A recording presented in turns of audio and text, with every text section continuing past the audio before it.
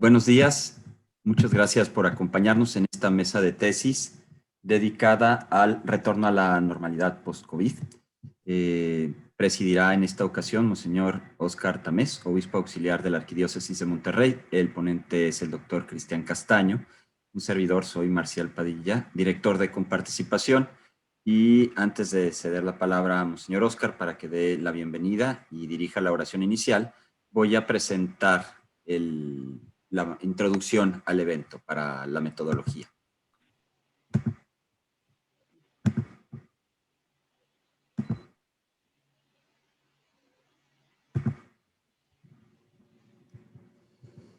Bien, la mesa de tesis retorna a la normalidad post-COVID. Lleva a cabo el 30 de julio de 2021 en modo virtual.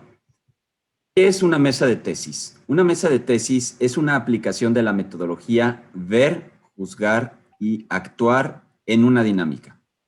Y esta dinámica debe concluir en una tesis de discernimiento y en pautas de acción. Llegamos a esta conclusión a partir de la observación y análisis que un panel realice sobre un conjunto de hechos relevantes. El objetivo primario de una mesa de tesis y de la mesa de tesis de la Arquidiócesis de Monterrey es aportar al arzobispo y a sus obispos auxiliares un análisis confiable sobre temas de actualidad para tomar decisiones pastorales. Un objetivo secundario es aportar a los participantes información actualizada y análisis conjunto para nuestra labor particular. Las mesas de tesis se han llevado a cabo desde hace 4 años. Se han analizado 23 temas diferentes. ¿Cuáles son los elementos de una mesa de tesis? Primero que nada, un dossier de base, que son evidencias de los hechos que deben ser analizados. En este caso, este dossier consiste en una ponencia por parte del doctor Cristian Castaño. En segundo lugar, una guía para el análisis. En este caso, esta guía la provee la metodología, o la plataforma Mentimeter, con la cual entre todos vamos a construir el análisis. Después de la ponencia y de las preguntas, va a venir un periodo de trabajo en equipo para construir el análisis. Y en tercer lugar, consta de un acta de tesis y de pautas de acción. Son los documentos finales resultados de esta sesión. Los miembros del panel de la mesa de tesis son, primero, quien preside, aparece todavía Monseñor Juan Armando Pérez Talamantes, que se disculpa, no va a poder acudir, pero está muy bien representado por Monseñor Óscar Tamés, también obispo auxiliar de la Arquidiócesis de Monterrey. Moderador soy un servidor, el licenciado Marcial Padilla, director de Comparticipación, y el ponente es el doctor Cristian Castaño. El doctor está casado con Lourdes Galván Bochelén, con quien ha formado una familia integrada, además, por Sami, Jersey y Carol. Es licenciado en Derecho con estudios avanzados en Ciencias Políticas y Administración Pública, maestría en Desarrollo Organizacional, maestría en Seguridad Nacional y Defensa Nacional y maestría en Gestión de Seguridad, Crisis y Emergencias. Ha presentado y aprobado su tesis doctoral con el proyecto de investigación en materia de métodos para la solución de conflictos de carácter estratégico.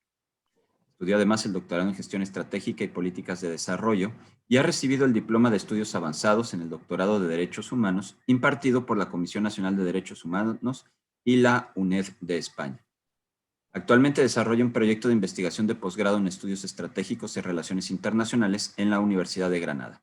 Ha sido servidor público en la Administración Pública Federal, regidor, legislador local y federal por el Estado de Nuevo León, integrante, entre otras, de las comisiones de familia y de la red de legisladores por la vida y la familia, siendo miembro de la delegación mexicana en el Encuentro por la Vida y la Familia, convocado por la Pontificia Comisión y el CELAM en conjunto con el entonces arzobispo cardenal Bergoglio en 1997.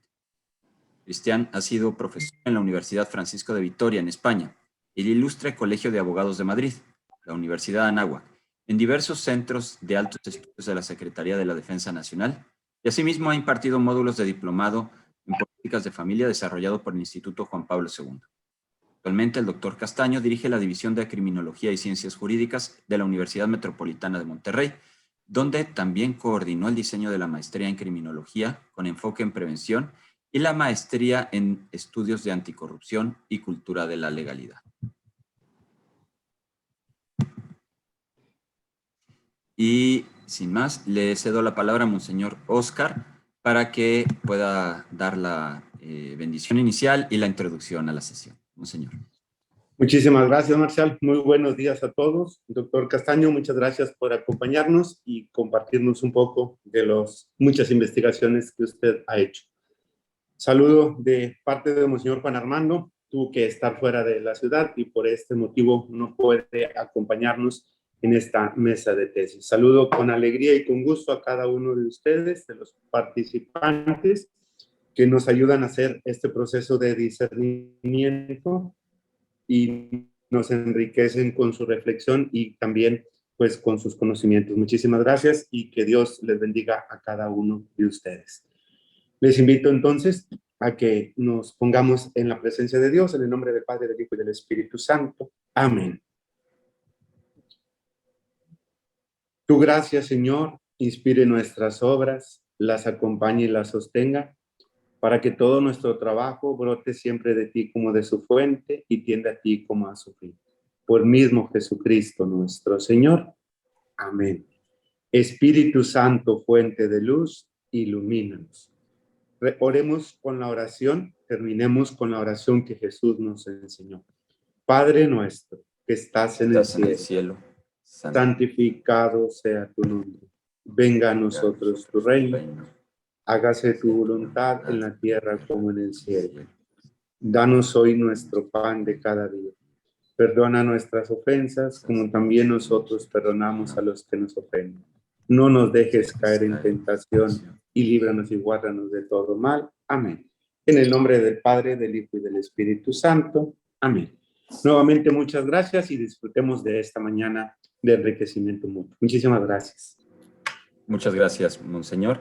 Le cedo la palabra al doctor Cristian Castaño, que nos dará una ponencia acerca del retorno a la normalidad post-COVID. Muchas gracias a todos los que nos acompañan. Muy buenos días a todos. Un agradecimiento muy especial a Monseñor Óscar Tamés, que preside esta sesión, y por supuesto a Marcial Padilla y a todo el esfuerzo que día con día hace en la plataforma de participación cívica, de comparticipación. Muchas gracias, Marcial, y muchas gracias a cada uno de ustedes que tenemos pues la fortuna de encontrarnos esta mañana, pues no para escuchar a un experto, más bien para reflexionar junto con un hermano sobre pues algo que nos ha afectado como individuos, como familia, como comunidad, como ciudad, como país, como mundo, y que bueno, pues el propósito es que en este proceso de discernimiento y con la metodología que ha planteado Marcial, el que podamos hacer una interpretación lo más adecuada posible para tomar decisiones con sabiduría y poder influir positivamente en nuestra comunidad. Habiendo dicho eso, bueno, pues quiero en primer lugar, de manera previa, voy a ir compartiendo con ustedes un mapa mental que preparé precisamente para esta sesión. Y antes de visualizar, digamos, los tópicos, las líneas más importantes que yo he elegido para reflexionar con ustedes esta mañana, lo primero es que quiero hacer una prevención general.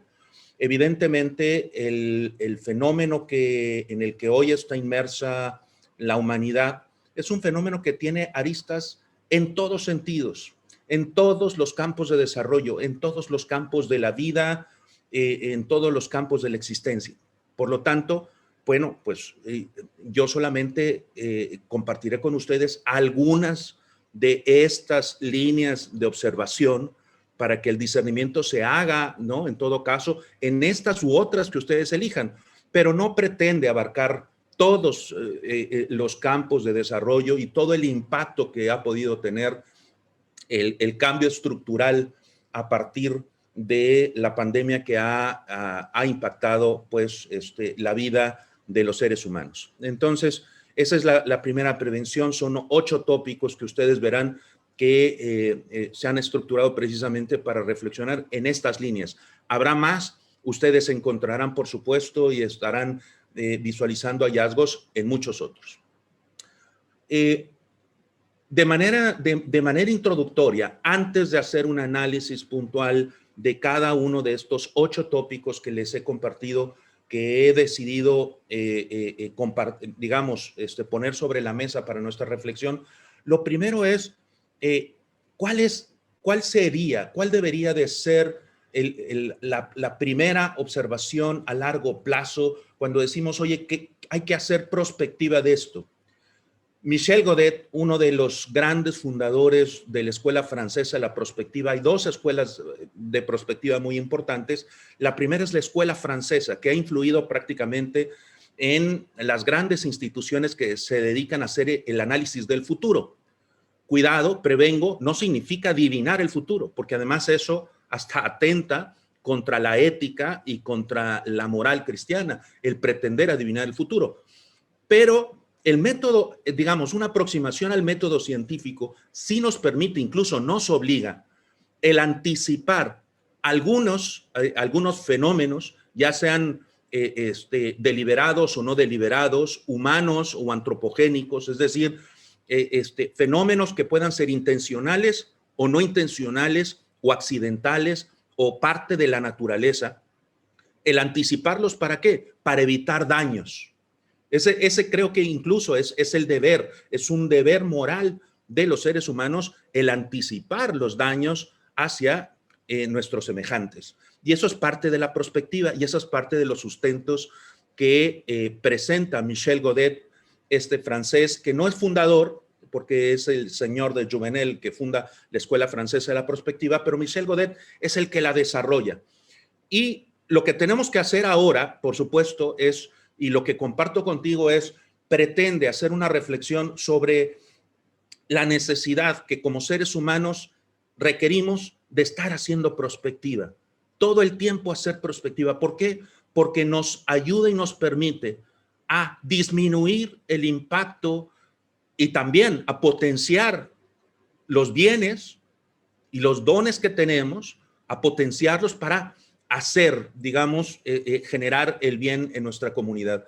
Cuando uno hace prospectiva, te anticipas respecto a las variables más importantes que están en el sistema para ver cómo se van a comportar, cómo se están comportando, cómo se han comportado. Y a eso voy en esta última expresión, cómo se han comportado las grandes variables.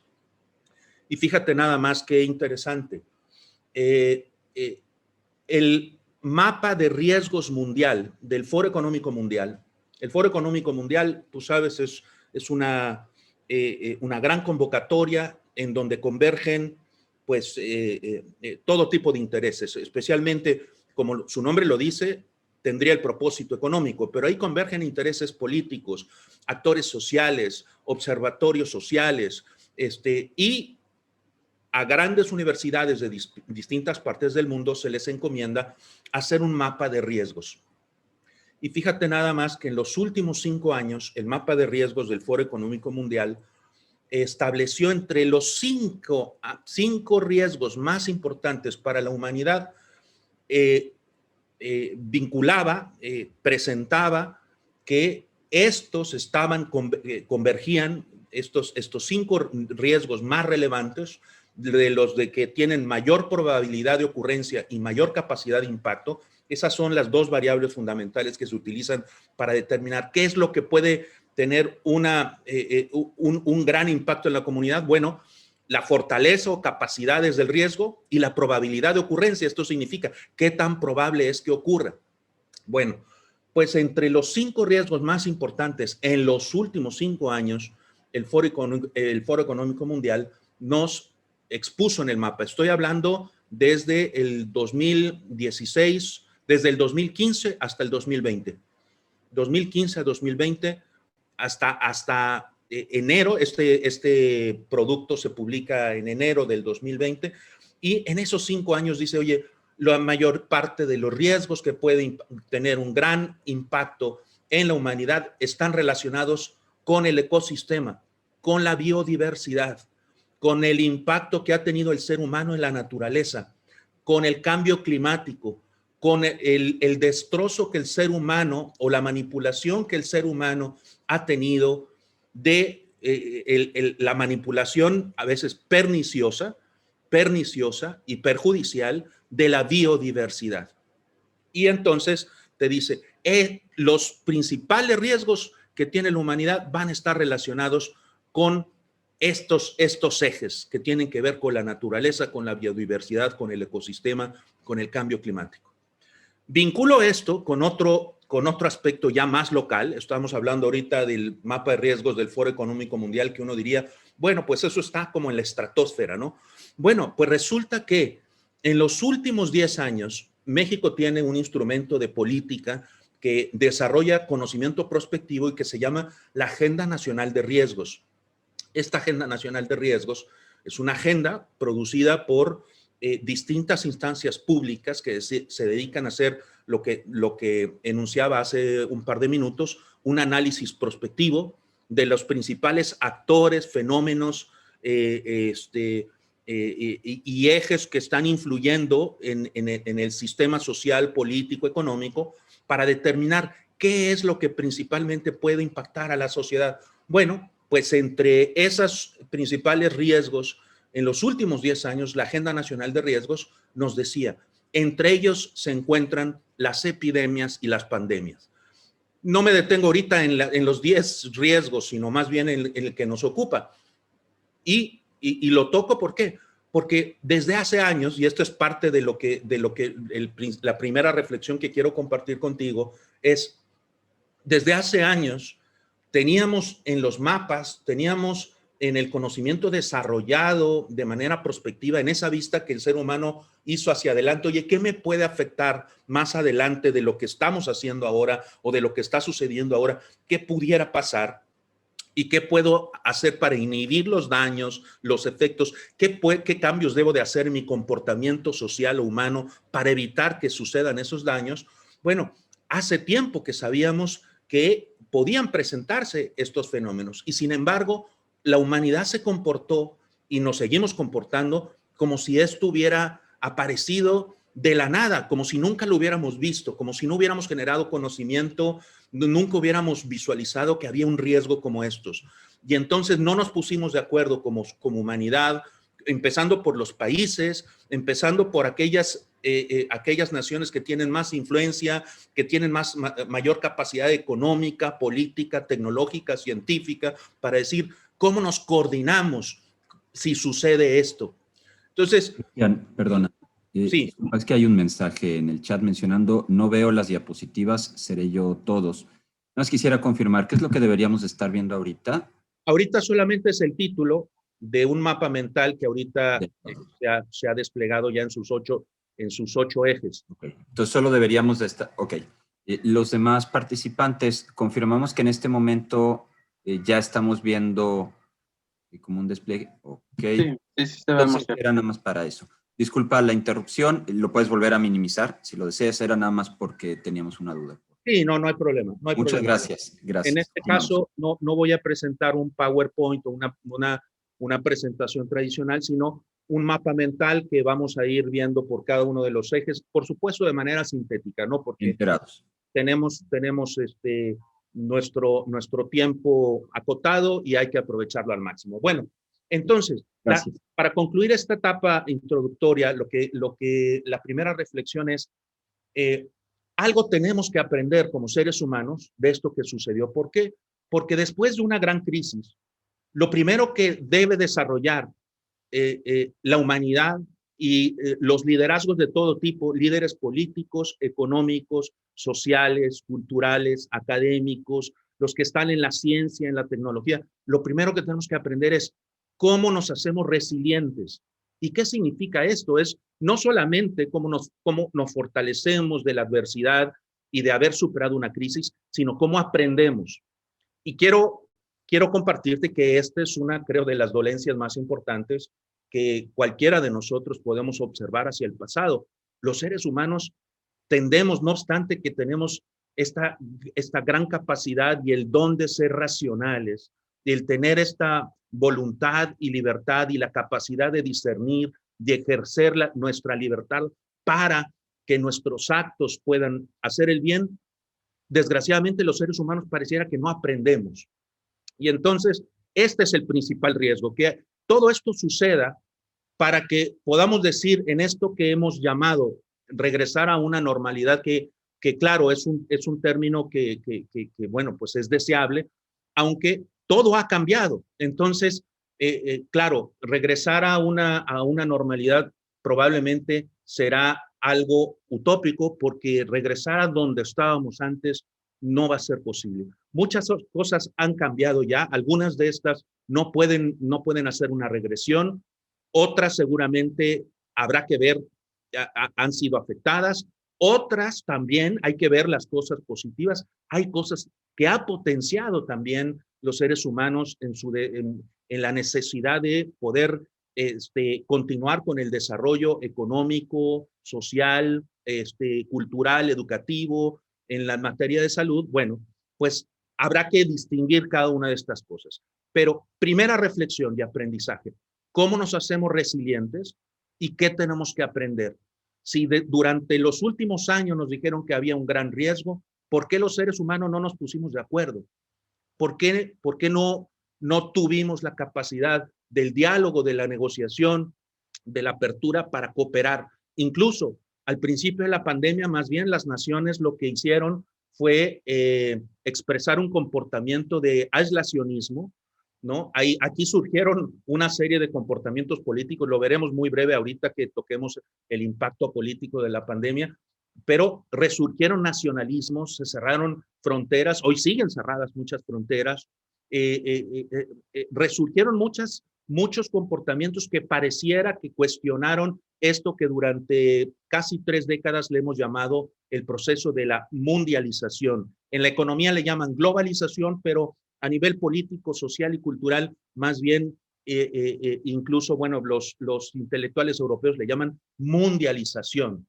Entonces, se pone en cuestionamiento la mundialización y esa es parte de los cambios también que hoy hay que visualizar. ¿Cómo nos hacemos resilientes? ¿Cómo aprendemos?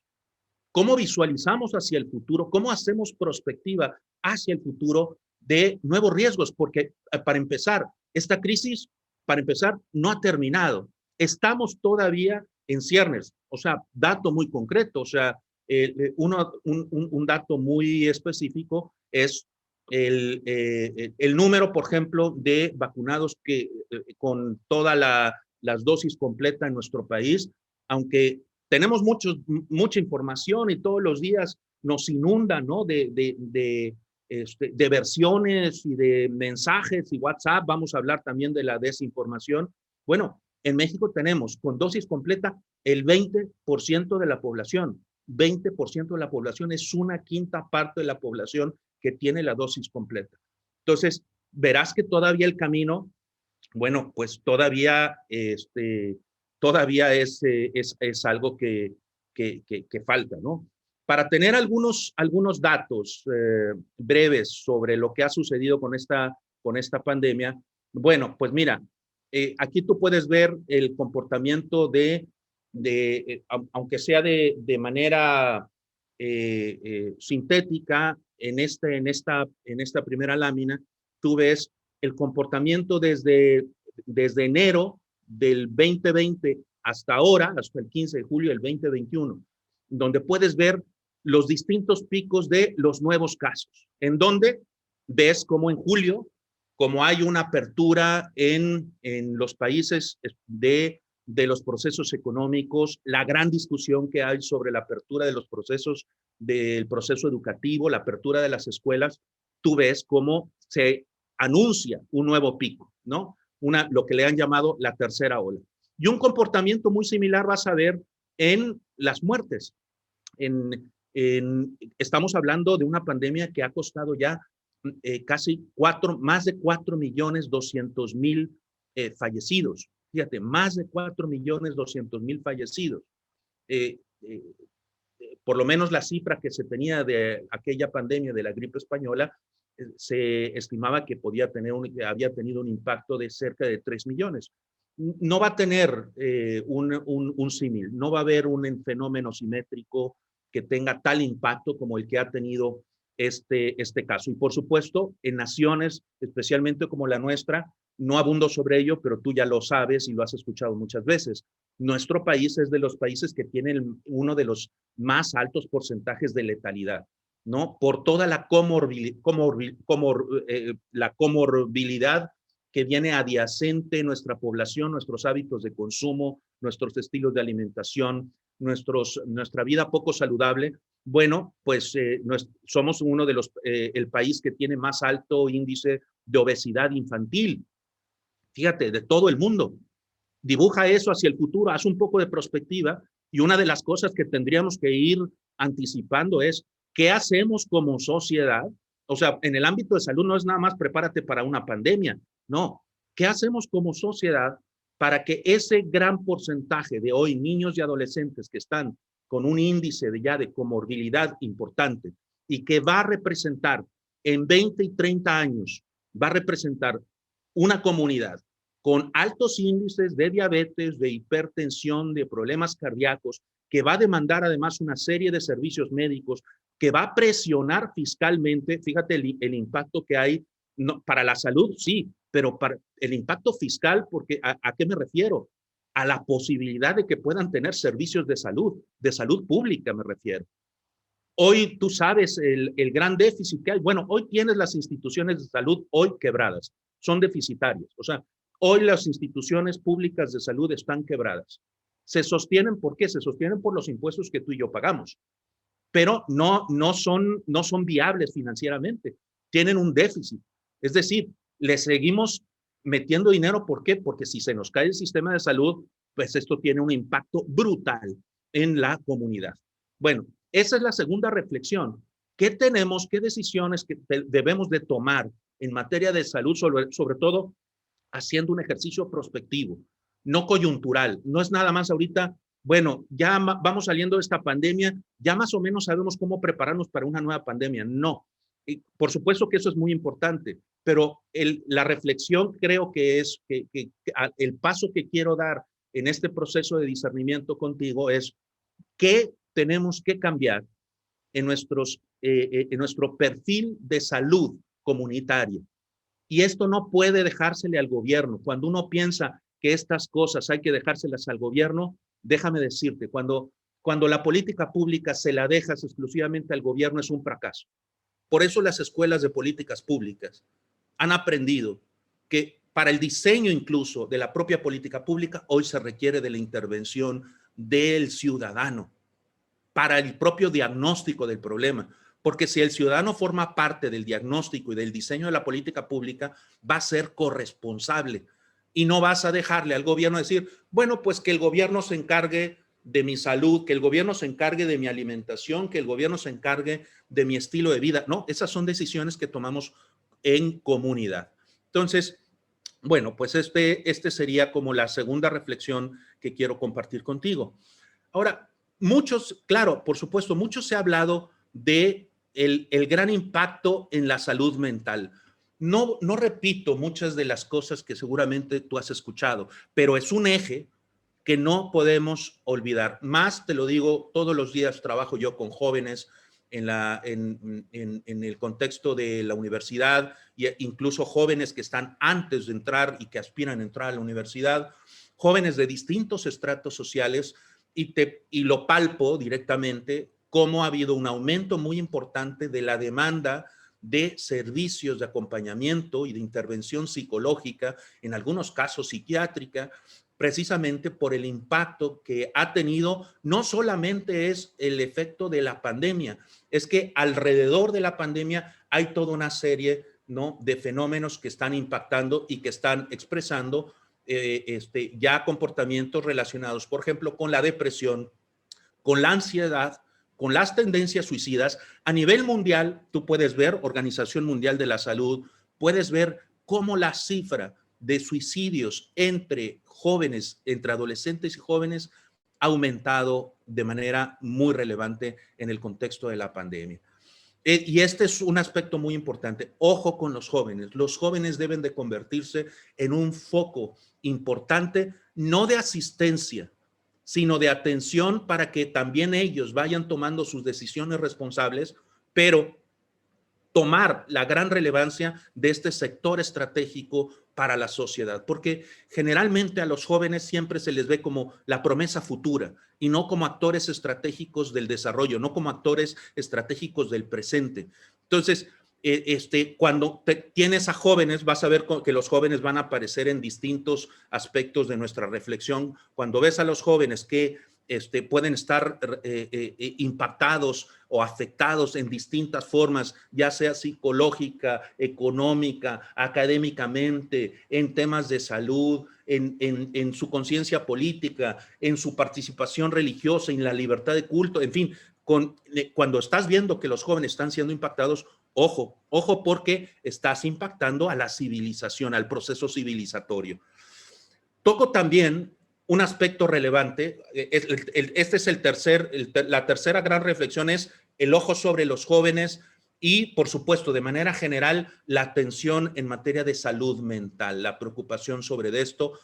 También, aunque no es exclusivo de la pandemia, en nuestro país, te lo digo por cifras que están documentadas y la sustento con la encuesta de victimización que realiza el INEGI, que se llama la ENVIPE. El segundo delito de mayor incidencia a nivel nacional, que es un delito que además no se denuncia, es el delito de violencia doméstica. Y la violencia doméstica no tiene que ver nada más y exclusivamente con el tema de las mujeres, tiene que ver con violencia dentro de la casa. Y es violencia ejercida, sí, contra mujeres, pero también contra menores o violencia ejercida contra adultos mayores. Y esto ha aumentado en el contexto del confinamiento. También tiene que ver con la manera, incluso, déjame decirlo tal cual, porque hay estudios que sustentan esto, por ejemplo, en cómo también hemos diseñado nuestros complejos habitacionales. En muchas ciudades del país, tú sabes cómo el hacinamiento, cómo en un hogar a veces pues tienen que coexistir 2 o 3 familias, ¿no? Sin espacios recreativos, sin espacios deportivos, en fin, con una serie de limitaciones en donde también aquí entra cómo la autoridad y cómo los particulares y cómo los desarrolladores diseñan los espacios públicos y los espacios especialmente para vivienda. Este es otro aspecto que tenemos que pensar hacia el futuro. Cómo hacer espacios y cómo hacer lugares para vivir, cómo generar vivienda digna. No hacer el cuadrito para que decir que una persona que tiene su cuadrito, su cubito en tal complejo ya tiene casa. Por supuesto que es deseable, en comparación, por supuesto, de muchas personas que ni siquiera techo o piso firme tienen. No quiero menospreciarlo. Lo que te quiero decir es que el efecto que tiene también en cómo diseñamos nuestros espacios de vivienda y, por supuesto, además de eso, cómo generamos los lugares para el diálogo y la comunicación en familia. Este es otro aspecto fundamental que tenemos que reflexionar como comunidad y que las cifras nos dicen cómo ha aumentado la violencia dentro de la casa, y es violencia que se ejerce contra abuelos y abuelas, o violencia que se ejerce contra menores, o violencia que se ejerce entre parejas. Entonces, violencia, señores, esta es otra gran palabra que determina lo que está sucediendo, no solamente por la pandemia, nada más que se potenció con la pandemia. Violencia pareciera que está aparejada con el comportamiento contemporáneo de la sociedad mexicana. Y este es uno de los grandes issues. Cómo trabajar con la violencia, cómo disminuir, cómo intervenir en comunidades, en barrios, en familias, en escuelas, en centros de trabajo, para disminuir la violencia. La violencia, no te lo tengo que decir, tú lo escuchas todo el tiempo. Claro que muchas veces tiene que ver con los medios y el deseo de tener la nota, de tener audiencia, ¿no? De estar presentando de manera constante la nota roja, la nota amarilla, que atrae atención y que vende finalmente, porque hay publicidad y si hay audiencia, pues la publicidad es más útil, se vende más producto. Perfecto. El asunto es que más allá de la nota roja y del amarillismo, es un hecho. Tenemos una sociedad que ha venido un proceso increciendo de violencia en todos sentidos. Y este es un proceso, este es un aspecto que tenemos que reflexionar, que se potenció con la pandemia y que tenemos que decidir qué hacemos hacia el futuro con la violencia que se expresa en todo tipo, de todo tipo. Pareciera que hoy la narrativa es solamente violencia contra lo que se ha dicho, la violencia de género, que la violencia contra la mujer es un tema súper relevante en nuestra comunidad, pero quiero compartirlo, no se malinterprete, no es menospreciar ningún tipo de violencia, no. Es decir, la violencia se ha convertido en un eje estructural que ha impactado, sí, violencia contra la mujer, pero es violencia entre parejas, es violencia entre compañeros, es violencia entre hermanos, es violencia entre vecinos, es la riña constante. Tú ves, la riña es uno de los delitos también con mayor incidencia a nivel nacional. Esto es del fuero común, esto no tiene que ver con delincuencia organizada, no tiene que ver con crimen organizado, es cómo nos comportamos como sociedad. Te pongo aquí algunos datos nada más de cómo se ha dado el impacto del confinamiento, nada más para que puedas tener algunos parámetros. El impacto del confinamiento a nivel de la experiencia emocional se denota cómo ha tenido un impacto más relevante en la mujer en cuanto, por ejemplo, particularmente ansiedad, depresión, inquietud y problemas del sueño, además de soledad y desesperanza. Pero fíjate otro aspecto, y tocaba el asunto de los jóvenes, en cuanto a grupos etarios. En grupos etarios tú puedes ver aquí un mayor impacto en el sector poblacional que se encuentra entre 19 y 30 años, especialmente en experiencia emocional relacionada con estrés, con agobio, con problemas del sueño, con depresión y con soledad y desesperanza.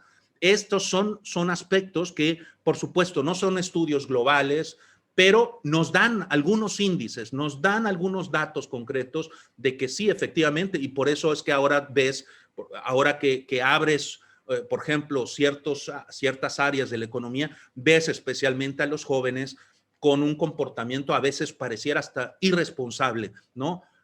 Bueno, también hay que explicarlo, por supuesto, porque viene toda esta etapa previa, ¿no? De falta de todos estos vacíos y limitaciones a los que han sido sometidos. Y claro, bueno, pues también de ahí se puede explicar ciertos comportamientos que vemos en los jóvenes. Bueno, esto es en cuanto a salud mental. Déjame ahora compartirte algunos datos en cuanto a el impacto económico y social.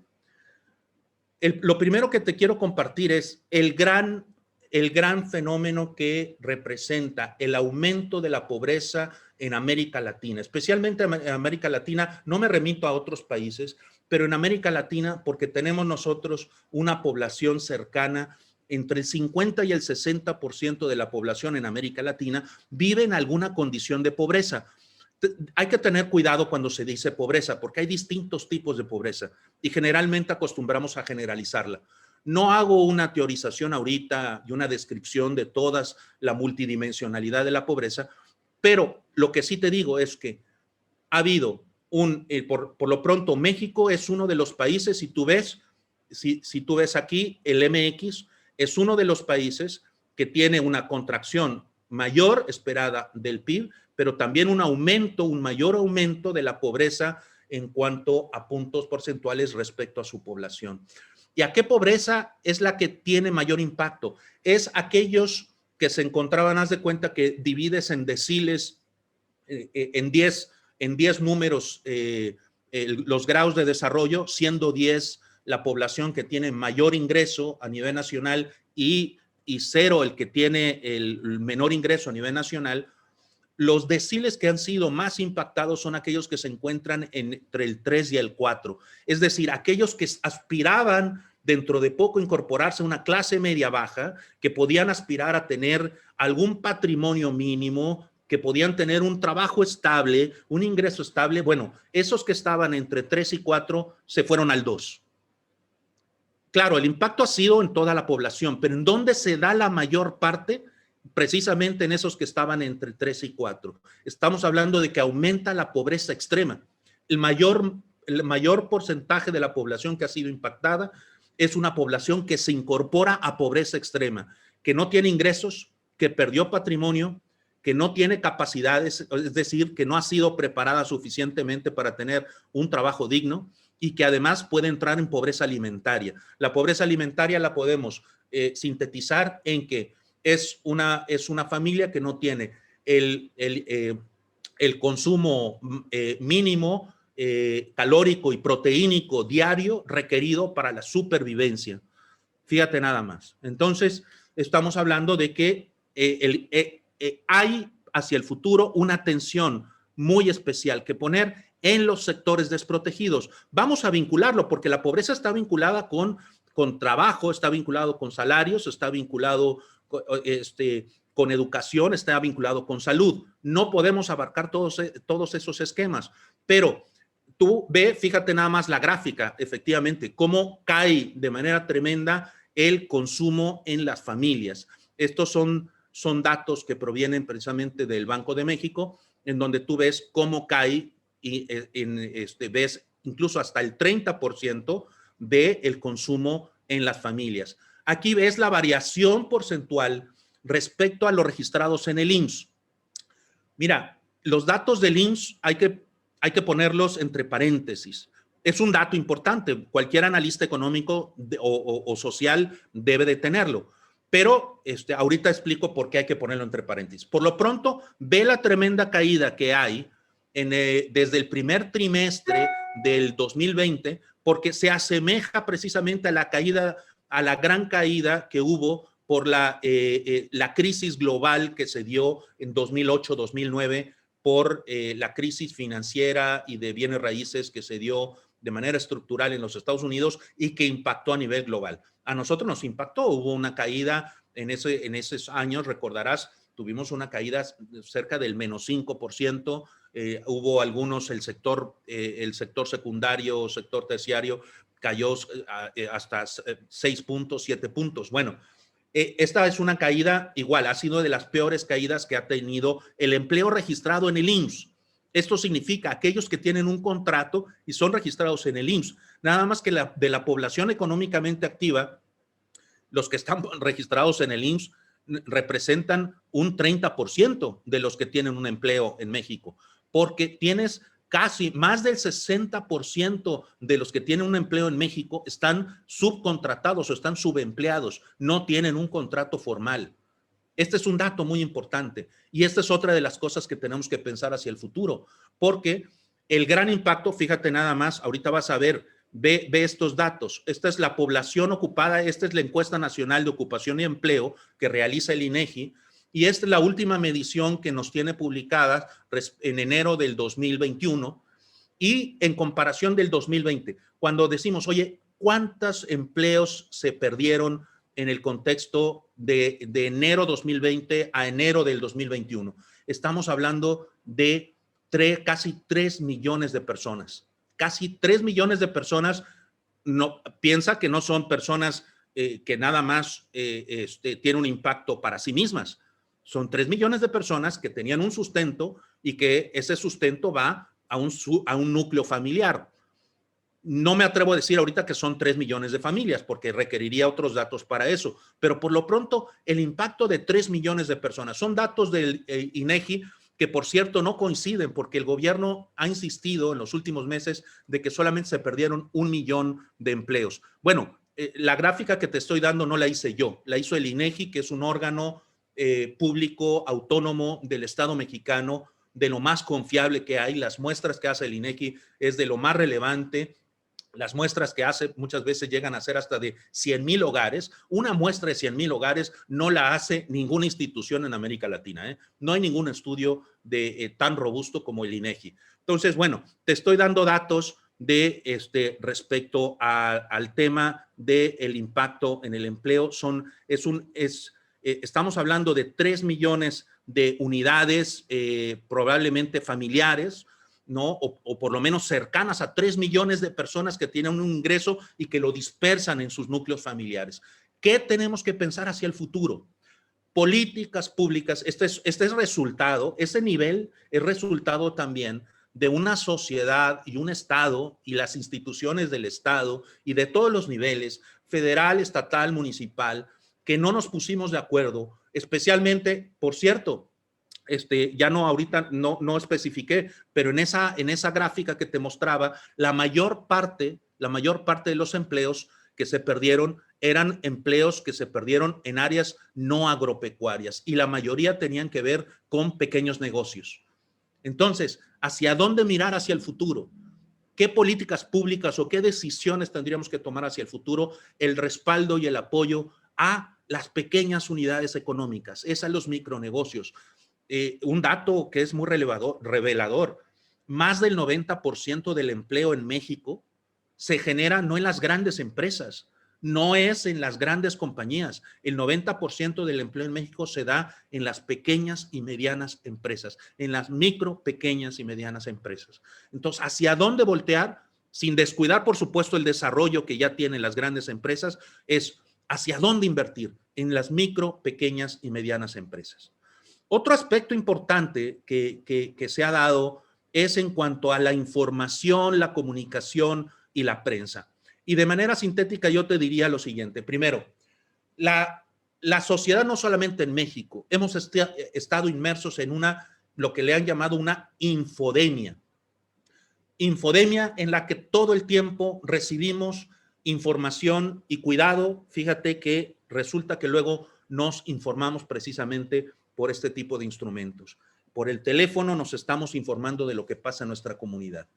Y la infodemia viene vinculada también con personas y actores, ya sean políticos, económicos o sociales, que tienen un interés en desinformar a la comunidad. Y entonces esto hace que la sociedad tome decisiones equivocadas a partir de la desinformación. Por eso es muy relevante. ¿Qué hacer hacia el futuro? Hacia el futuro.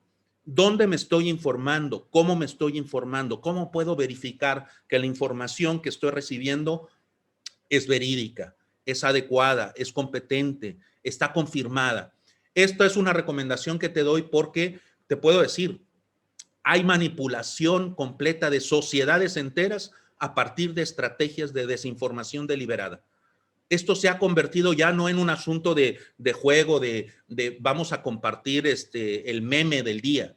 No, hay estrategias deliberadas de manipulación social y de manipulación de comunidades enteras a partir de la desinformación. Entonces, otro de las grandes reflexiones que quiero compartir contigo es cómo nos informamos y cómo evitamos la desinformación. El procurar, por cierto, no compartir, aunque uno pareciera, oye, es que esta información sería muy importante que la conocieran mis contactos. Verifica siempre que estás compartiendo, porque en contexto de crisis hay muchas cosas que incluso pueden ser, digamos, brechas en las que no sabes qué actores, ya sean políticos, económicos o sociales, están buscando una ganancia con esa manipulación. Esto ha tenido también el contexto de la pandemia y del el cambio en el hábito de consumos de la información ha impactado también a los medios de comunicación. Y yo te puedo decir que hacia el futuro prácticamente los medios ya venían en declive. Hoy prácticamente podemos asumir que serán excepciones testimoniales aquellos medios que se preserven de manera impresa. Y tendrían que ser a lo mejor muy probablemente medios que no sean cotidianos, que no sean de manera diaria, serán probablemente o semanarios o ediciones mensuales especializadas las que se preserven de manera impresa. Pero prácticamente el consumo de medios impresos, esto ha tenido un impacto, pero prácticamente excluyente del medio impreso y potenciado, por supuesto, todo lo que tiene que ver con los entornos digitales, ¿no? Y entonces se ha privilegiado todo lo web contra el papel, todo lo que tiene que ver con lo online, con lo presencial, lo streaming con lo lineal y, bueno, en esto también la gran influencia en las redes sociales, lo conecto en la gran influencia de las redes sociales con la desinformación. Ojo con esto. Un cambio organizativo profundo en los medios de comunicación y ya te decía una probable desaparición de los medios impresos. Habrá más fusiones y adquisiciones, cuidado con este riesgo, porque ante esta crisis de muchos medios que tendrán el riesgo de desaparecer porque solamente tenían su gran potencial en la edición impresa y no potenciaron su digitalización, entonces serán medios que serán absorbidos por los grandes. ¿Y esto qué significa? que se puede concentrar los grandes emporios informativos serán concentrados, o ya tienes grandes, los tenemos en nuestro país, ¿no? Ya sean oligopolios o duopolios en ciertos ámbitos, pero esto es riesgoso para una sociedad democrática en la que necesitas tener distintos medios de información y de comunicación. El monopolio de la información puede ser muy, muy perjudicial para una sociedad democrática. Termino este apartado señalando, cuidado con este fenómeno de la construcción de la posverdad. El entorno de la gran influencia de la desinformación, el consumo de redes sociales, el hábito de las personas de no verificar y informarse por medios fehacientes, ha generado que se dé de manera muy fácil la construcción de nuevas verdades que borran, de hecho, los acontecimientos reales, borran la realidad o manipulan la realidad, tergiversan la realidad y construyen nuevas verdades. Esto es lo que se le ha llamado la posverdad. Y esto es muy riesgoso también para una sociedad democrática, porque pareciera que hoy de todo lo que habla la sociedad, ya sea en el ámbito económico, político, social o cultural, ¿no? Desgarran todo el pasado. Y esto tiene un gran impacto incluso para la comunidad, o sea, por supuesto, para la comunidad en general, pero por ejemplo, tiene un gran impacto para todos aquellos que se dedican al bien o al servicio, en fin.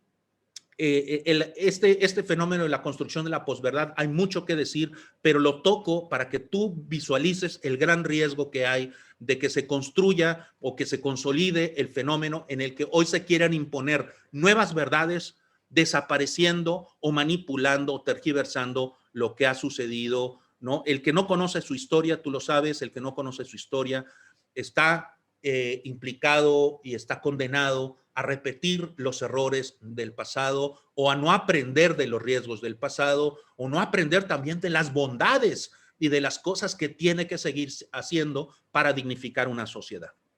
Voy ahora rápidamente al impacto político. El impacto político. ¿Qué impacto político podemos sintetizar?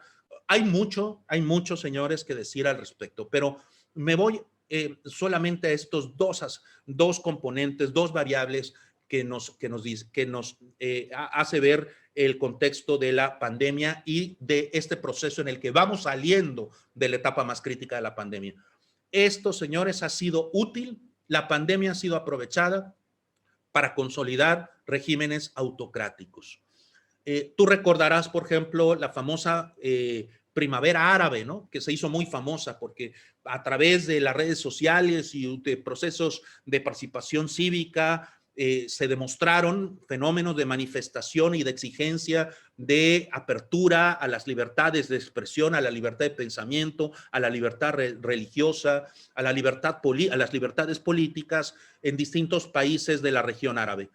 Sin embargo, hoy te puedo decir, después de la pandemia, prácticamente todos estos países han tenido una regresión importante. Estamos hablando ahorita de países árabes, sí, pero lo mismo te puedo decir de otros contextos, incluyendo América Latina. Esto ha sido también un apartado temporal y un proceso en el que, digamos, ha habido un debilitamiento de la democracia y del ejercicio de las libertades.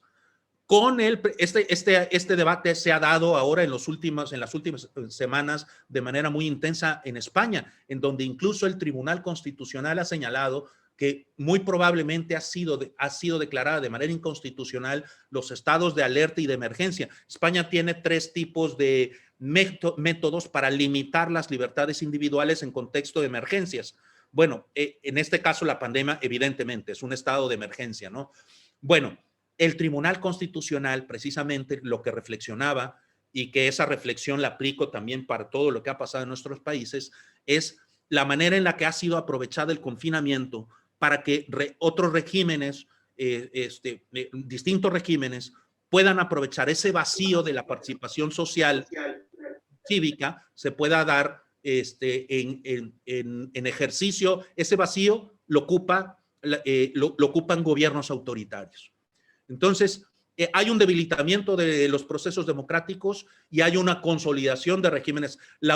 Hay distinta clasificación, no me meto ahorita a describir las distintas clasificaciones desde lo que es una dictadura, un régimen autocrático, una democracia defectiva o una democracia plena, pero lo que sí te digo es de los distintos grados de libertades que tiene una sociedad democrática, con todas las debilidades, dificultades y vicios que pueden darse una democracia, ya lo decían distintos autores, entre otros Ortega y Gasset. Por supuesto, la democracia, decían algunos de estos intelectuales, oye, la democracia es uno de los peores sistemas que tenemos, pero es el mejor que tenemos ahora. Bueno, es que no hemos encontrado algo mejor que la democracia.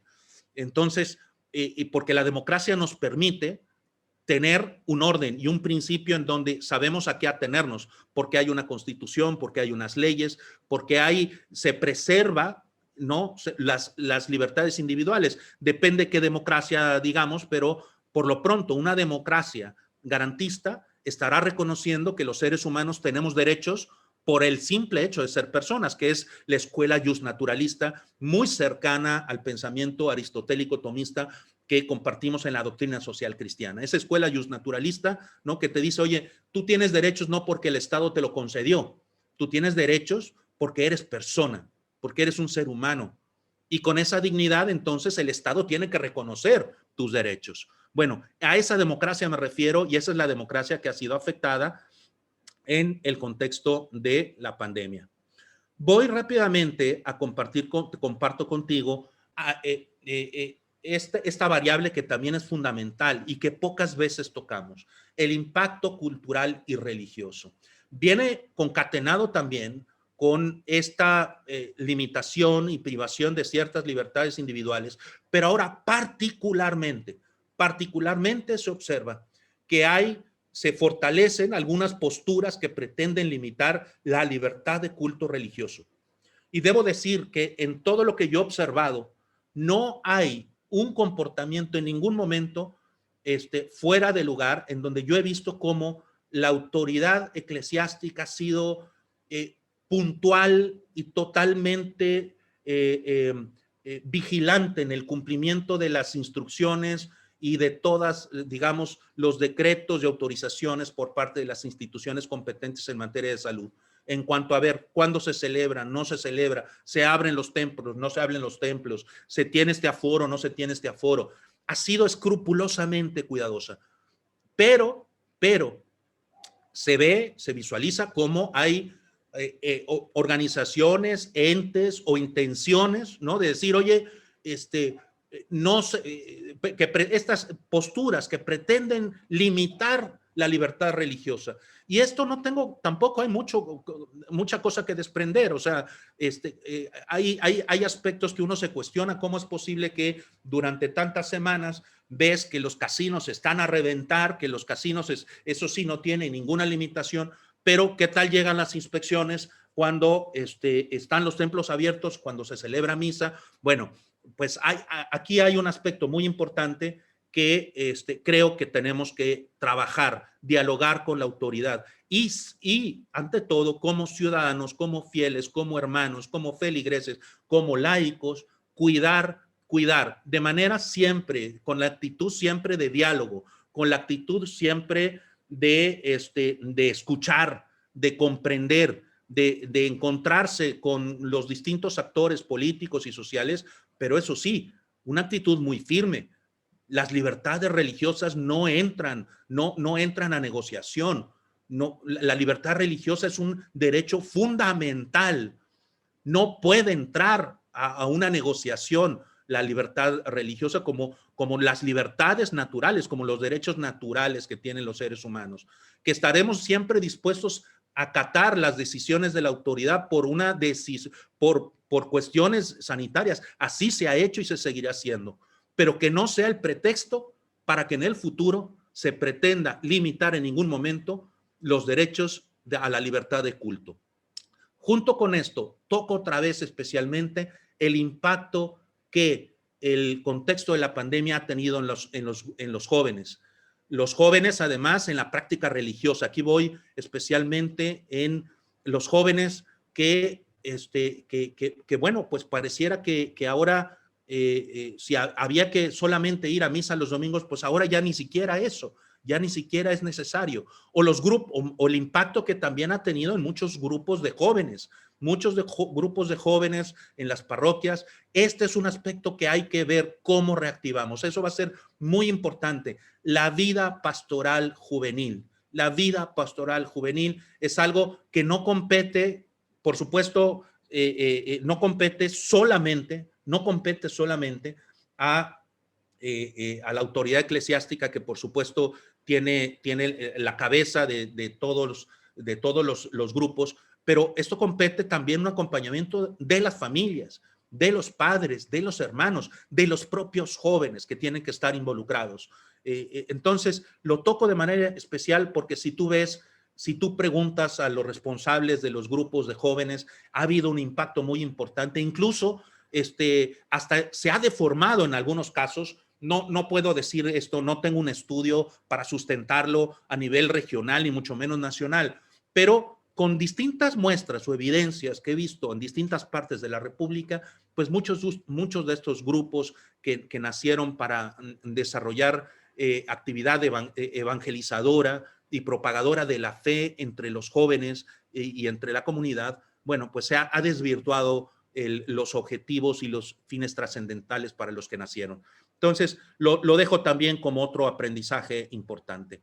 Voy rápidamente ahora a compartir el impacto en la educación, uno de los grandes temas que hoy está a discusión. Como tú sabes, bueno, tenemos un atraso relevante en el avance educativo en niños y adolescentes, pero ojo, este atraso, en nuestro caso, en el caso de México, se hace más profundo, porque traíamos ya un déficit, éramos deficitarios en cuanto a nuestro desarrollo educativo. Tan es así que hasta nuestro país decidió hasta retirar una de las pruebas fundamentales para poder medir el avance que hay en las capacidades educativas de nuestra población infantil y juvenil, como es la prueba PISA. Bueno,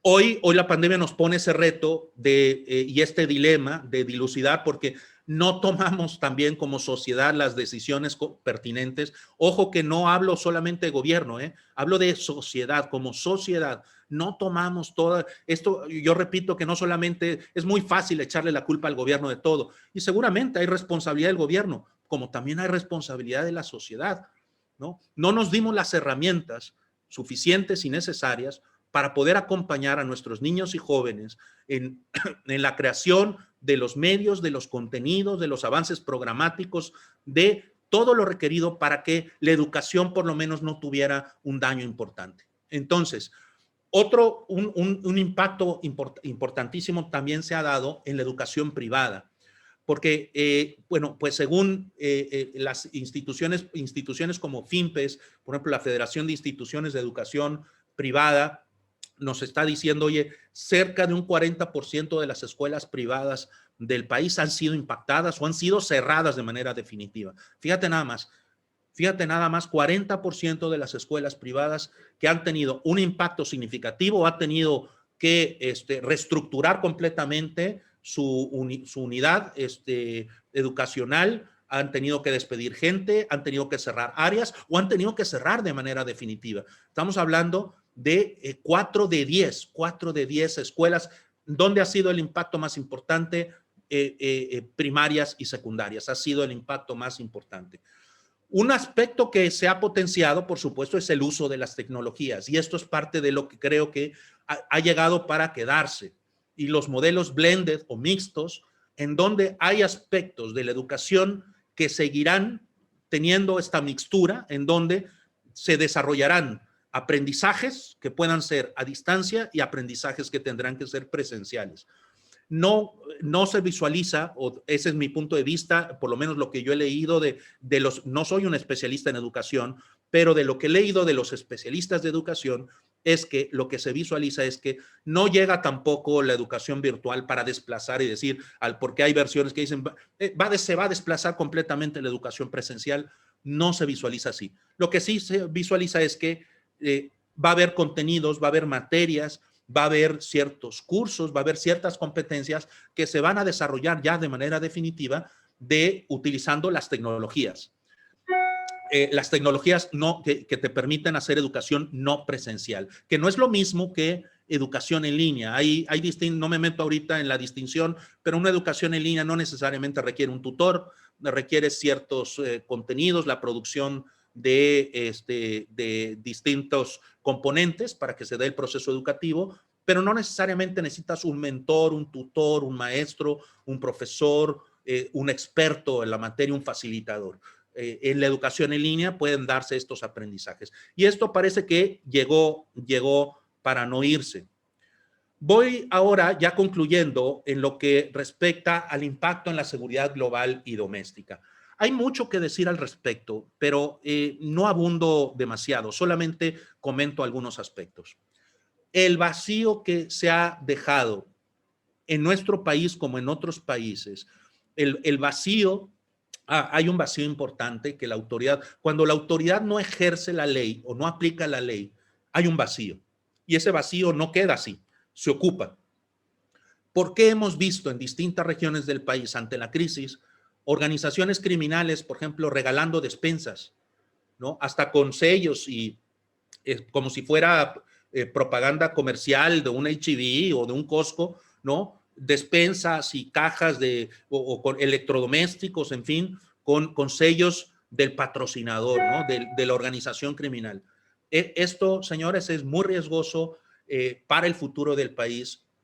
Aquí no hay duda que es una responsabilidad de la sociedad en su conjunto, del sector privado, de la academia y del gobierno para que se aplique la ley. No es para que se convierta esto en una guerra contra nadie, ¿no? Porque cuando se dice hay que aplicar la ley, pudiera interpretarse, entonces hay que dedicarse a atacar a todo mundo y no es atacar a nadie. Es por distintos instrumentos y especialmente con un gran enfoque preventivo, es con un gran enfoque anticipatorio, que es con un gran enfoque a la prospectiva para evitar que las cosas se pongan más descompuestas. Es ¿qué tenemos que hacer primero para que hoy estas actividades que han penetrado a la sociedad, que están dañando el tejido social, que hoy, por ejemplo, los jóvenes que no estudian y no trabajan, que han sido, oye, el 60%, un dato importante, el 60% de los jóvenes en México ya abandonó la escuela en bachillerato. 6 de 10 jóvenes ya no están en la escuela en bachillerato. O sea, el dato es tremendo. ¿Qué tenemos que hacer? Bueno, para empezar, ¿cómo mantenemos a los jóvenes en el sistema educativo? Porque cuando no los tienes en el sistema educativo y no están trabajando, lo que haces es simplemente, bueno, ¿dónde sobrevivo? Pues lo primero que tengo enfrente, ¿quién me ofrece un modo de vivir? No me importa si es digno, no me importa si es ético, no me importa si está bien o está mal. Lo que me importa es que me dé dinero. Ante una lógica en la que tenemos jóvenes que no los hemos involucrado en procesos de crecimiento y de desarrollo en donde se distinga claramente el valor del bien, del ethos, de la ética, del deber ser de las cosas. Entonces, esto lo planteo, hay mucho que decir al respecto, pero lo dejo ahí porque este es un aspecto, creo, una variable muy importante. Yo te puedo decir si hay una de las variables que más impacto pueden tener hacia el futuro en la descomposición social de México es la criminalidad y la violencia. Van de la mano. No es lo mismo, porque la violencia se expresa también, ya decíamos, se expresa en la casa, en el trabajo, en el barrio, en la colonia, entre vecinos, en fin, la violencia se expresa en distintas formas, en distintos ámbitos, pero la violencia viene acompañada también del crimen y puede llegar al crimen, puede llegar al rompimiento ya del orden jurídico y social. Y esa es parte ya, pareciera que es la constante, ¿no? que tenemos en México. Entonces, bueno, pues sirva entonces esta reflexión en cuanto a la seguridad el trabajo en lo que tenemos que hacer para la seguridad. Bueno, ustedes han visto, he abordado algunos ejes, algunos tópicos que yo he considerado han tenido un impacto relevante y van a seguir teniendo un impacto relevante en los próximos años. Son variables en las que tenemos que poner atención, no son todas. De estas incluso tienen otras ramificaciones. No he pretendido agotar todos los tópicos, sino compartir algunas grandes reflexiones contigo con la idea de que podamos discernir y tomar decisiones, siempre buscando el bien, siempre buscando el servicio hacia los demás, y esa ha sido la lógica en la que me he atrevido a interpretar estos fenómenos y, por supuesto, nuevamente agradeciendo la gran generosidad y camaradería que han tenido para recibirme esta tarde con ustedes.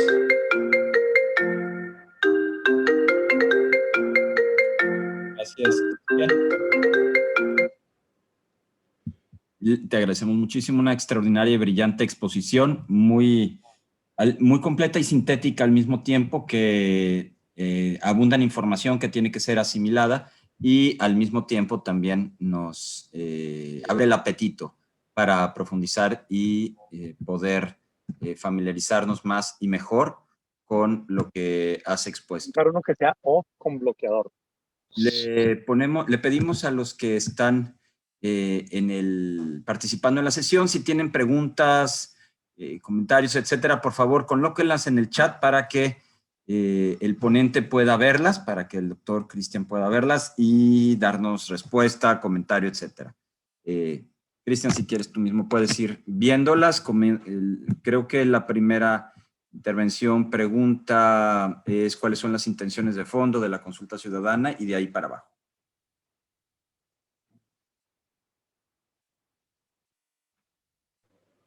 Bien, estoy tratando ¿cuáles son las intenciones del fondo de la consulta ciudadana? La verdad, miren, no amerita dedicarle mucho tiempo. Lo digo tratando de cuidar toda la objetividad posible como apasionado del estudio del derecho y de la ciencia política. Es un acto de propaganda, no tiene que ver con ningún acto jurídico.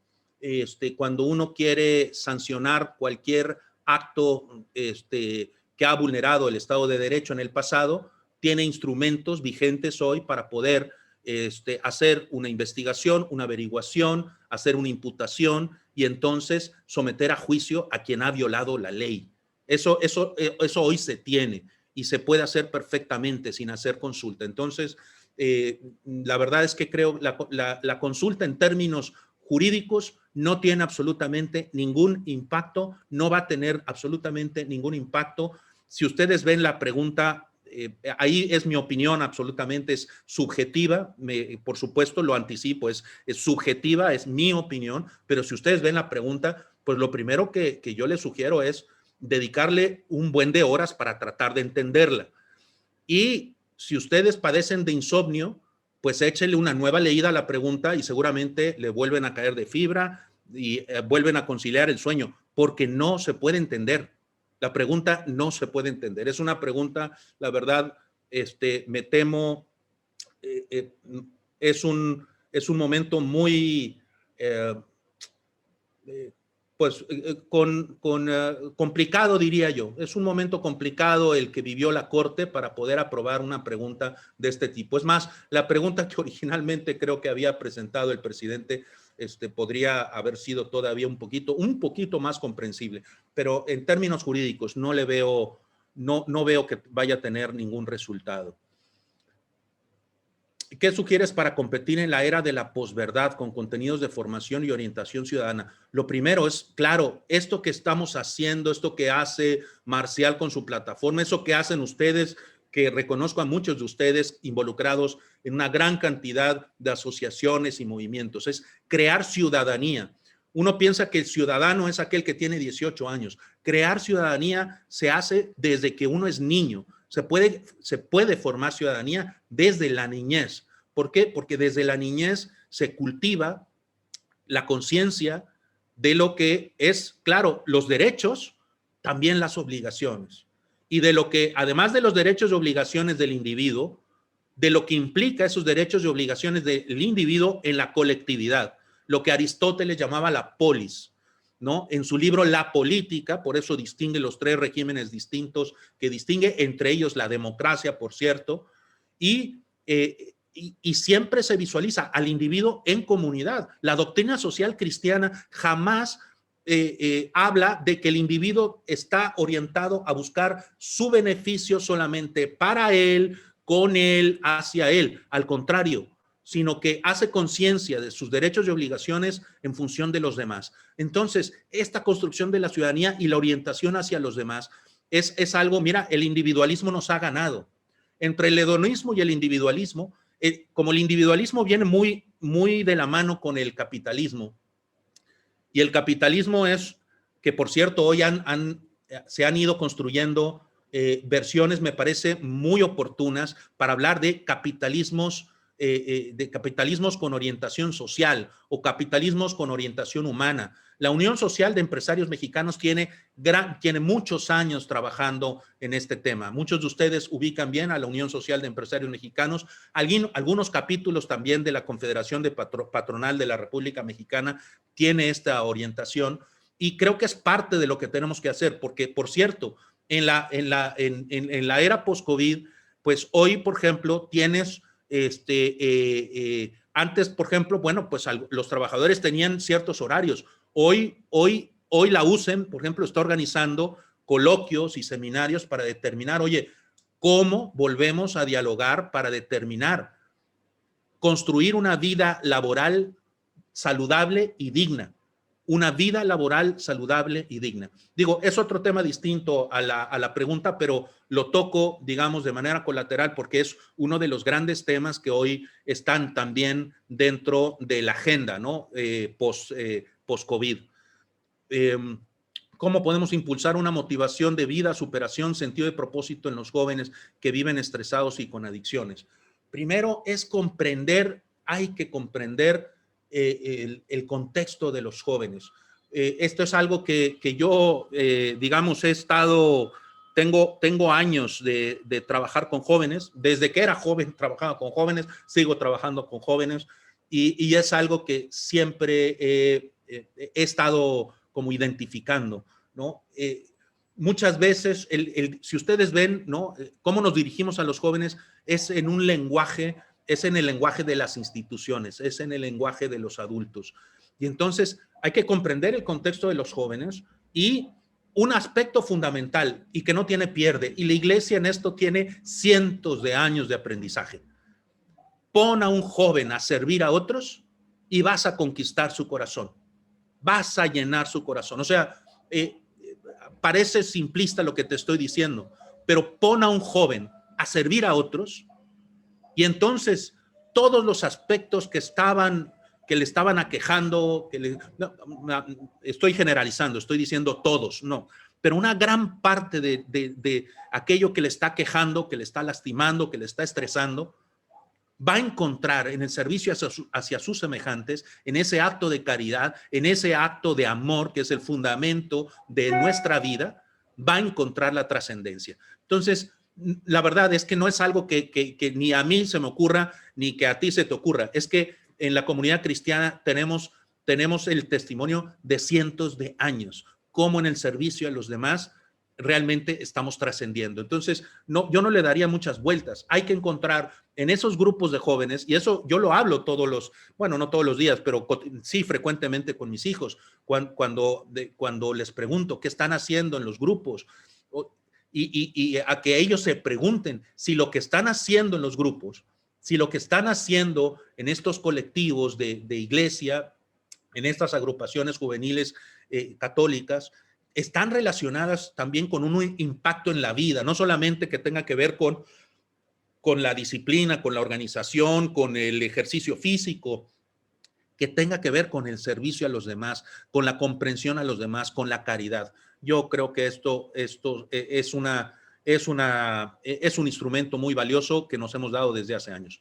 ¿Qué propones o sugieres para crear políticas públicas que resalten la trascendencia de la familia unida y armónica como potenciadora de la paz social? Bueno, aquí la verdad es que, la respuesta es compleja y es amplia, pero tiene que ver con muchas de las cosas que hemos visto. ¿Cómo educamos para la familia? Si ustedes visualizan, pareciera hoy que hablar de familia es antisistémico. Pareciera que hablar de la familia es como no estar en onda, como estar fuera de la era, ¿no?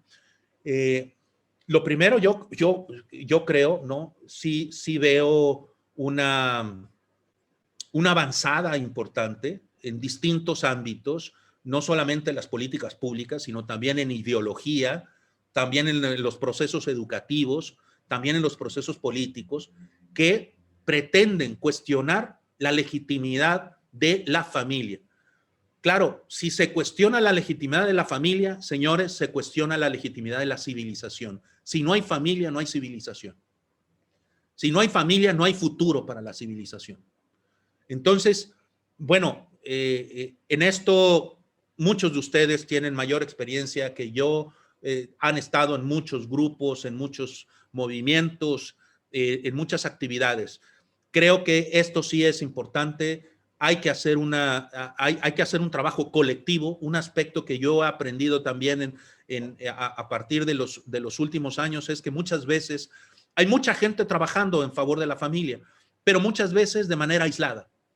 Muchas veces cada quien por su cuenta, muchas veces haciendo cosas muy valiosas, totalmente legítimas, con un gran sustento y un gran valor para la sociedad.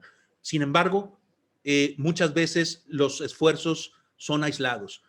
Como diseñador de estrategias públicas, digamos, que me he dedicado al estudio para el diseño de estrategias públicas en distintos ámbitos, un principio básico de la estrategia es diseñar, es planear y emplear todas las capacidades que tienes en función de un objetivo trascendente. Pero es el diseño, el planeamiento y el empleo de todas las capacidades. Esa es una estrategia.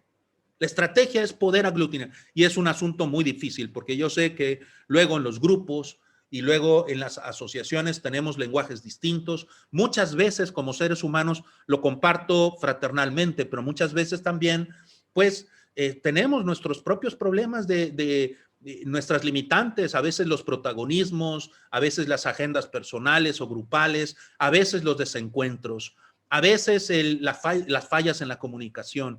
Bueno, es algo que yo he aprendido en los últimos años. Entonces, lo comparto de manera transparente. ¿Para qué? Para que podamos discernir. A lo mejor dices, no, eso no es cierto, eso yo nunca lo he visto. A lo mejor otros dicen, oye, pues no, yo sí lo he visto. Vamos a discernirlo juntos, ¿no? Para aprender de ello.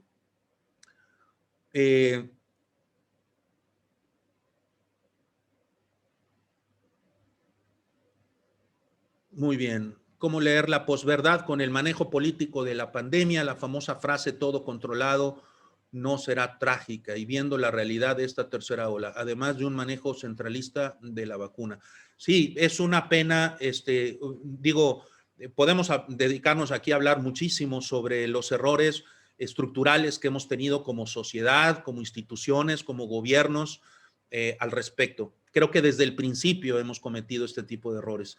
Va a ser muy importante que aprendamos de esta experiencia, porque, por supuesto, esto impacta el desarrollo. Yo te decía, si 20% de la población tiene la dosis completa y estamos en ciernes y hay una decisión importante, por lo menos anunciada por parte del gobierno, de la apertura de las escuelas. Entonces, por supuesto, ahorita ve simplemente el número de contagios que ha habido en estos 2 últimos días están muy simétricos a los datos que teníamos a finales de diciembre y principios de enero, que estábamos en la cúspide. Estamos hablando de casi 20,000 contagios diarios. No tenemos el mismo número de letalidad, muy bien, pero sigue, o sea, el asunto es, bueno, ahora no se nos mueren 2,000, se nos mueren nada más 600 o 700. Oye, son 600 o 700 seres humanos que, ojo, o sea, estamos tomando decisiones que impactan la vida de las personas, que puede impactar la vida o la muerte. Entonces, veamos, ¿no? Y tomemos decisiones con la mayor sabiduría. Si vamos a abrir nuestro sistema educativo, no me atrevo ahorita a decir yo de manera tajante, sí, lo mejor es ya que se cierre todo, que se abra todo. No, más bien, lo que decidamos como sociedad, en conjunto con el gobierno, que sea lo más sabio y que tengamos las prevenciones adecuadas, prevenciones que, por cierto, desde el inicio de la pandemia no hicimos. O sea, nos tardamos mucho para determinar el cubrebocas, para determinar ciertos comportamientos sociales y poder anticipar, ¿no? Decisiones que pudieran inhibir el impacto negativo de la pandemia. Me interesa mucho la opinión sobre la desinformación de la pandemia y las vacunas. Sigo diversos grupos formales internacionales. Me siento muy comprometida con la información científica y genera no angustia, sí interés y preocupación sobre jóvenes y nuevas generaciones, incluso con otras vertientes de la nueva normalidad. Al respecto, de manera sintética, diría lo siguiente. Insisto, siempre ir a fuentes científicas para tener datos fidedignos. Hoy, por ejemplo, hay una gran propaganda, lo que se le llama la geopolítica de la vacuna. Hay una gran batalla entre los ejes de influencia global, las potencias que tienen una influencia global relevante, que distinto a lo que era el mundo bipolar, hoy tenemos un mundo multipolar. O sea, es decir, hay distintos ejes de influencia global. Esos distintos ejes muy inestables, algunos más grandes, más chicos, depende, algunos con más capacidades económicas, otros con más capacidades militares, otras con más capacidades diplomáticas y políticas, otras con más capacidades científicas. Bueno, en esa batalla de influencia global viene el tema de las vacunas, ¿no? A ver, ¿cuál es la vacuna? ¿Quién entrega las primeras? ¿Cuál es? Porque esto genera prestigio, genera capacidad de influir. Esto en geopolítica se le conoce como el soft power. El hard power son aquellas capacidades duras que tiene un país, la capacidad económica o militar que tiene un país. Pero, por ejemplo, todas estas capacidades científicas, culturales, académicas, comunicacionales, la influencia que tiene el cine, el deporte, la recreación, el turismo, se le llama el poder suave de las naciones. En esto hay una actividad diplomática y política, y entonces en medio de esto hay una gran guerra de desinformación. Que si los chinos te van a meter un virus de no sé qué, que si tal vacuna te va a dejar infértil, que si tal vacuna te va a meter un ente ruso que va a controlar tu mente. Sugerencia, ir siempre a la fuente científica. Hay algunos vacíos, o sea, muy concretos. Prácticamente la mayor parte de las vacunas hoy que se están distribuyendo a nivel global, la mayor parte, hay información que sí ya está publicada en estos quarterlies, en estas revistas científicas que están acreditadas, ¿no? Por distintas instituciones, por las instituciones más relevantes en el ámbito de la investigación científica relacionada específicamente con la virología y con la epidemiología. Ya me parezco algún personaje que hace tiempo se trababa con estos términos. Bueno, entonces, siempre ir a las fuentes científicas, como les he comentado. Una observación positiva es que los jóvenes ordinariamente buenos están generando grandes avances. En lo religioso observo mucha actividad religiosa y misionera entre jóvenes profesionistas. Incluso emociona ver lo que la mundialización ha favorecido en este rubro. Coincido plenamente contigo. En efecto, demasiada segregación en opiniones políticas, religiosas, y ahora con la pandemia está impactando demasiado. Sigo sin confiar en las vacunas. Me propongo esperar reacciones en el tiempo hasta sentir seguridad interna. Mientras tanto, me mantengo activo y con salud. Sí, el ser humano sigue siendo el mismo porque hablan de nueva normalidad. Se refieren a querer marcar un cambio cultural. Bueno, mira, no hay que pelearse mucho por el término. Efectivamente, se ha construido este término de nueva normalidad, aspirando a decir, oye, ¿cómo podemos seguir haciendo nuestras actividades cotidianas? No, creo que no hay ninguna, digamos, en un principio, así yo no vería como algo, una connotación negativa. Ojo, yo he hecho en la introducción de esta reflexión contigo, he hecho alguna aseveración diciendo, oye, probablemente no lleguemos a una normalidad, porque nada va a ser igual. Ahorita solamente nos aproximamos en algunas cosas que ya no van a ser iguales, que no pueden ser iguales, que ya cambiaron.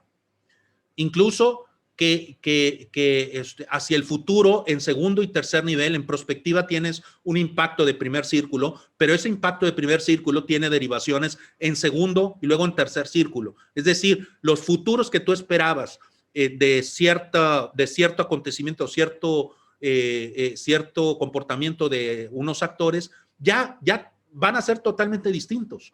Entonces, lo importante es eso, ver esa nueva realidad, hacia dónde nos aproximamos para anticiparnos. Eso es fundamental. Anticiparnos sobre todo para que haya menos daño para nuestra comunidad. Anticiparnos para que no haya una afectación relevante a nuestra sociedad. Bueno, muy bien. Creo que con esto he dado comentario a las inquietudes y a algunas preguntas. Marcial.